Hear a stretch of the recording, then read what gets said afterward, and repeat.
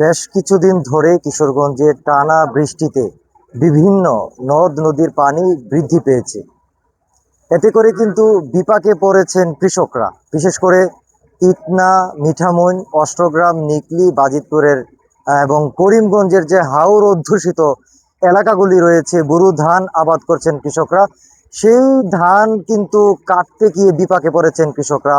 অধিকাংশ জমি পানির নিচে তলিয়ে গেছে। এর মধ্যে মিঠামইনে, ইটনা এবং অষ্টগ্রামে অধিকাংশ জমি পানির নিচে নিমজ্জিত হয়েছে। কৃষি অধিদপ্তরের তথ্য মতে প্রায় 5,000 হেক্টর জমি ইতিমধ্যেই কিন্তু পানির নিচে তলিয়ে গিয়েছে এবং তারা জানিয়েছে যে এই ফসল 50 ভাগ ফসল কর্তন করা হয়েছে এরই মধ্যে হাওরে, এবং বাকিগুলি কিন্তু বিরূপ আবহাওয়ার কারণে অনেকটা বিপাকে পড়েছে। যদিও আগামী 1 থেকে 2 সপ্তাহ যদি আবহাওয়া ভালো থাকে সেক্ষেত্রে হয়তো বাকি ফসলটাও ঘরে তোলা সম্ভব হবে কৃষকরা।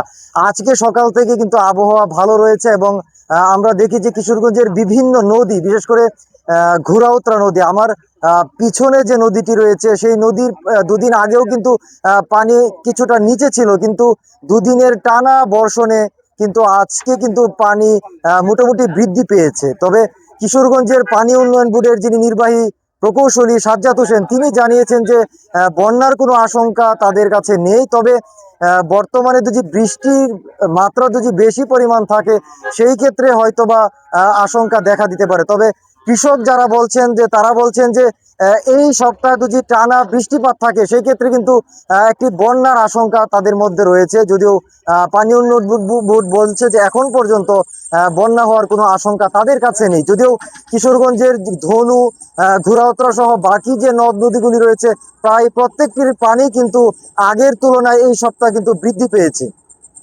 কিশোরগঞ্জের অষ্টগ্রাম, আবদুল্লাপুর এবং খায়েরপুর ইউনিয়নে বিভিন্ন জায়গায় কিন্তু ধান পানির নিচে তলিয়ে গিয়েছে এবং সেখানে কিন্তু অনেক কৃষকদের মধ্যে আহাজারি চলছে, কান্নার রুল পড়ছে। স্বপ্নের ধান কিন্তু পানিতে ভেসে যাচ্ছে।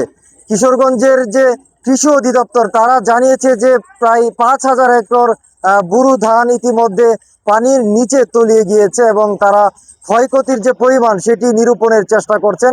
তারা বলছেন যে আগামী 1 থেকে 2 সপ্তাহ প্রকৃতি যদি ভালো থাকে, রৌদ্রময় আবহাওয়া থাকে, সেক্ষেত্রে কিন্তু বাকি যে ধান আছে সেটি কর্তন করা সম্ভব হবে। এবং আগের যে বার্তা ছিল 80 ভাগ ধান পেকে গেলে কৃষকদেরকে পরামর্শ দেওয়া হয়েছিল ধান কর্তনের জন্য, কিন্তু এখন পরামর্শ দেওয়া হচ্ছে অন্তত 50 ভাগ পেকে গেলেই যেন সেটি দ্রুত কেটে ফেলা হয়। কেননা ভারতের যে উজানের পাহাড়ি ঢল সেটি চলে আসতে পারে এবং নদীর পানি যেমন বৃদ্ধি পেয়েছে তেমনি বর্তমানে কিন্তু মূল যে হাওর রয়েছে সেখানেও কিন্তু পানি বৃদ্ধি পেয়েছে। ফলে কৃষকরা কিন্তু চিন্তিত দিন পার করছেন। আজকে সকাল থেকে বিভিন্ন হাওরে কৃষকরা ধান কাটতে বেরিয়েছেন, তবে শ্রমিক সংকট দেখা দিয়েছে। বিশেষ করে হারভেস্টার যে মেশিনগুলি রয়েছে কিশোরগঞ্জে, সেই মেশিনগুলো কাদাযুক্ত মাটিতে পানি জমে যাওয়ার কারণে কিন্তু তারা দ্রুত সময়ের মধ্যে ধান কর্তন করতে পারছেন। এবং অনেক কৃষক আমাদের কাছে যেটি অভিযোগ করেছেন যে এক কানি ধান কর্তন করতে তাদের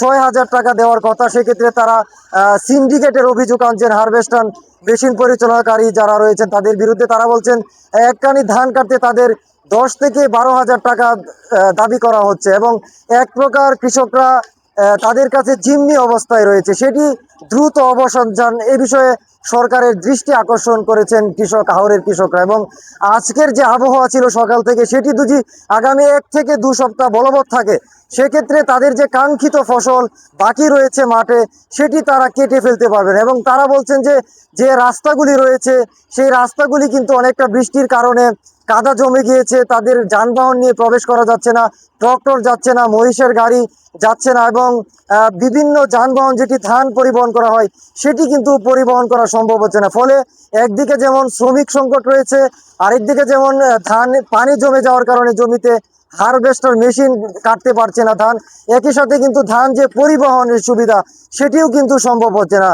এই বিষয়টি কিন্তু কৃষকরা আমাদের কাছে বলেছেন। তবে আজকে আবহাওয়া ভালো ছিল, এই আবহাওয়া বলবৎ থাকলে আগামী 1 থেকে 2 সপ্তাহের মধ্যে বাকি যে ধান রয়েছে সেই ধানগুলি কিন্তু কৃষকরা কাঙ্ক্ষিত ফসল ঘরে তুলতে পারবে। আরেকটি তথ্য হচ্ছে যে কৃষি অধিদপ্তর জানিয়েছে যে কিশোরগঞ্জের 13টি উপজেলা রয়েছে, সেখানে প্রায় 68,262 হেক্টর জমিতে কিন্তু আবাদ করা হয়েছে বোরো ধান। এর মধ্যে কিশোরগঞ্জের হাওর অঞ্চলে 1,08,535 হেক্টর জমিতে ধান চাষাবাদ হয়েছে এবং কিশোরগঞ্জের ধানের যে লক্ষ্যমাত্রা উৎপাদন সেটি নির্ধারণ করা হয়েছে 1,95,032 হেক্টর 32 মেট্রিক টন ধান উৎপাদনের যে লক্ষ্যমাত্রা সেটি নির্ধারণ করেছে কৃষি বিভাগ।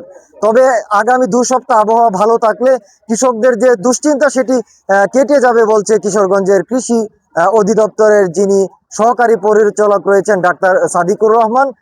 তিনি জানিয়েছেন যে বর্তমানে প্রায় 5,000 হেক্টর জমিতে পানির নিচে তলিয়ে গিয়েছে এবং 50% ধান ইতিমধ্যেই কর্তন করা হয়েছে।